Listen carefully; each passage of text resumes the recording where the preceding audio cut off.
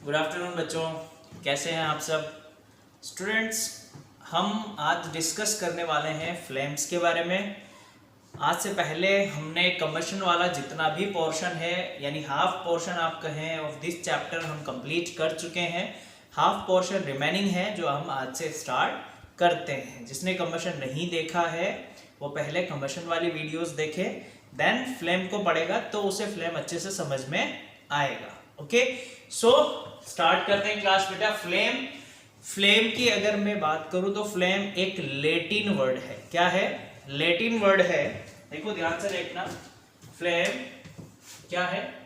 एक Latin word है। क्या? फ्लेमा। फ्लेमा लैटिन वर्ड है जिससे लिया गया है फ्लेम, जिसका मतलब क्या होता है बच्चों? लाइट। इसका मतलब क्या होता है वो देख लो, है ना। ये स्पेलिंग अगर नहीं समझ में आ रही तो मैं सही से लिख देता हूं एक बार। FLAMMA, फ्लेमा। इसका मतलब क्या होता है?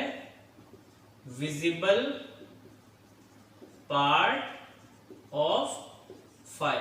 कि यानी फायर का जो विजिबल पार्ट है उसे लैटिन वर्ड में कहते हैं फ्लेमा, और वहीं से हमने वर्ड लिया है flame. Is that clear to all of you? Flame मतलब क्या होता है समझ में आ गया? अगर डेफिनेशन की अगर हम बात करें बच्चों तो फ्लेम इज नथिंग बट क्या है? फ्लेम इज द रीजन, एक ऐसा रीजन है जहां पर कंबशन रिएक्शन टेक प्लेस। यानी ऐसा रीजन जहां पर कंबशन रिएक्शन होती है किसी भी पर्टिकुलर सब्सटेंस में। एक ऐसा सब्सटेंस, कोई भी सब्सटेंस ले लो, चलो कोई भी सब्सटेंस में ऐसा रीजन जहां कंबशन रिएक्शन होती है उसे हम कहते हैं फ्लेम। क्लियर है? तो डेफिनेशन लिख लेते हैं बच्चों, ध्यान से देखना एक बार।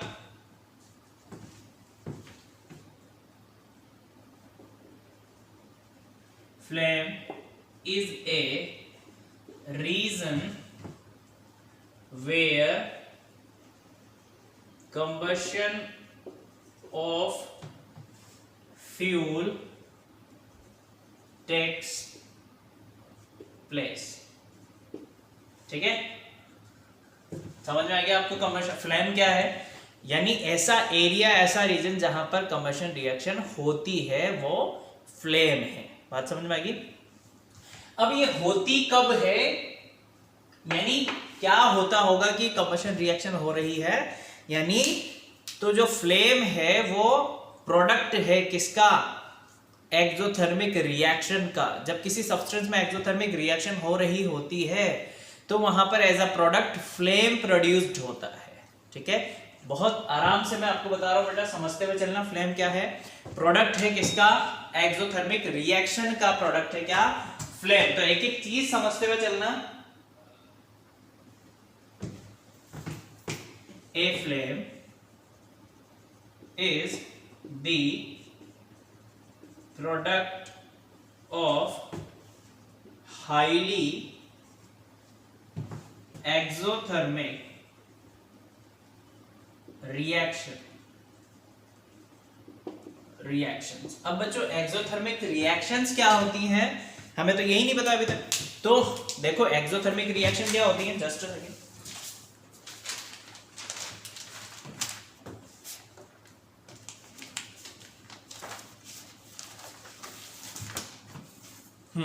सॉरी, एक्सोथर्मिक रिएक्शंस ऐसी रिएक्शंस होती हैं जो सराउंडिंग का टेम्परेचर बढ़ा दें, यानी इन विच हीट क्या हो, बाहर रिलीज हो रही हो in the form of energy.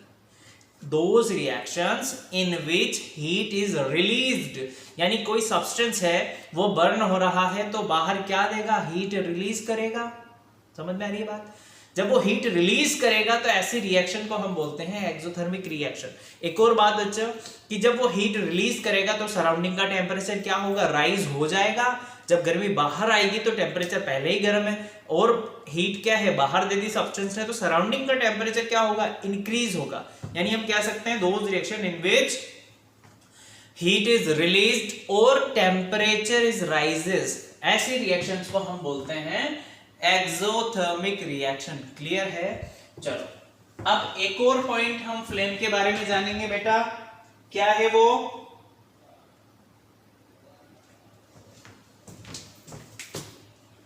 A flame is the visible यानी light emitting part of the fire.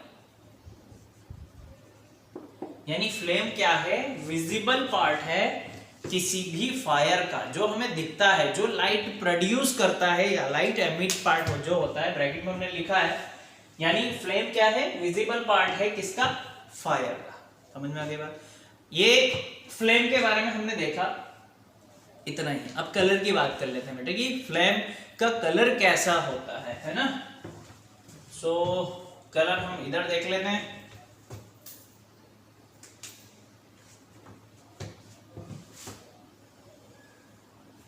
चलो यहां हम देखेंगे कलर ऑफ द फ्लेम। तो बेटा कलर की अगर मैं बात करूं तो किसी भी फ्लेम का कलर फॉलोइंग फैक्टर पे डिपेंड करता है। Are you getting my point? Flame of the colour of the flame depends on the following factor. ठीक है, तो हम यहां पर लिखेंगे depends on the following factors. अब वो फैक्टर्स क्या क्या है? पहला देखो, on the temperature. On the temperature की टेम्परेचर आपने कितना अप्लाई कर रखा है, पहला फैक्टर ये है। सेकंड फैक्टर होता है बेटा amount of the air. Amount of the air present, कितनी एयर प्रेजेंट है जहां पर क्या है? फ्लेम प्रोड्यूस हो रही है।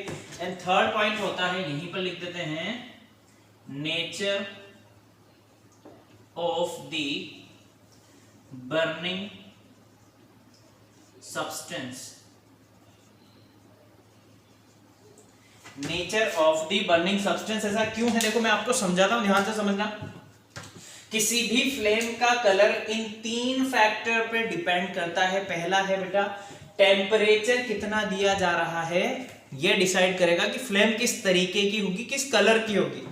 सेकंड थिंग कि अमाउंट ऑफ द एयर कितनी प्रेजेंट है, वहां पर जितनी ऑक्सीजन या जितनी एयर रिक्वायर्ड होती है किसी भी फायर को, उतनी प्रेजेंट है या नहीं है, ये भी डिपेंड करेगा कलर ऑफ द फ्लेम पे। थर्ड चीज की जो सब्सटेंस आपने लिया है उसका नेचर कैसा है, उसके अकॉर्डिंग भी कलर ऑफ द फ्लेम होगा। तो तीन फैक्टर होते हैं किसी भी फ्लेम के कलर को डिसाइड करने के लिए। ठीक है, लेट्स सपोज एग्जांपल की अगर हम बात करें बेटा, मैंने लिया एग्जांपल वही कोई भी हाइड्रोकार्बन से, है ना। हाइड्रोकार्बन्स प्रोड्यूसेस ब्लू और येलो फ्लेम्स। कैसी फ्लेम प्रोड्यूस करते हैं बेटा हाइड्रोकार्बन्स? ब्लू और येलो। अब ब्लू कौन प्रोड्यूस करता है और येलो कौन प्रोड्यूस करेगा? तो सैचुरेटेड हाइड्रोकार्बन्स होते हैं, जो सैचुरेटेड हाइड्रोकार्बन्स, ये कौन सी फ्लेम प्रोड्यूस करते हैं बच्चों? Blue flame. कौन सी फ्लेम? Blue flame. वहीं पर अगर हम बात करें अनसैचुरेटेड हाइड्रोकार्बन्स,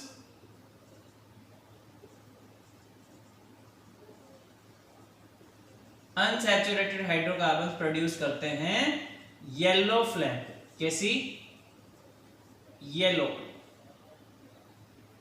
ठीक है बेटा, क्यों करते हैं? क्योंकि सैचुरेटेड हाइड्रोकार्बन्स कंप्लीटली क्या हो जाते हैं? कंप्लीटली कंबशन शो करते हैं, जबकि unsaturated hydrocarbons incompletely combustion show करते हैं। इसकी वजह से ये ब्लू फ्लेम्स के साथ बर्न होती है और ये येलो फ्लेम्स के साथ बर्न होते हैं। या ये कलर ऑफ द फ्लेम, इसमें येलो होता है, इसमें ब्लू होता है। समझ में आ गया आपको कि फ्लेम का कलर कैसे डिसाइड होता है? नाउ आ जाओ डिस्कस करते हैं types of the flame. Types of flame. ठीक है बेटा, तो यहीं पर हम टेबल बनाएंगे। यहीं पर दो टाइप के होते हैं बेसिकली, लिख लेते हैं। There are two types of flames, there are two types of flames. ठीक है, फर्स्ट है ल्यूमिनस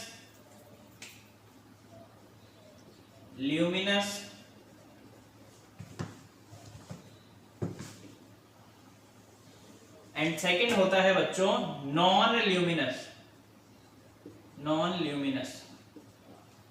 ठीक है, अब ये ल्यूमिनस और नॉन ल्यूमिनस क्या है, इनकी प्रॉपर्टी हम देखते हैं वन बाय वन, इनको हम डिस्कस करते हैं। ठीक है, ध्यान से देखना। अगर हम बात कर रहे हैं बच्चों ल्यूमिनस फ्लेम की,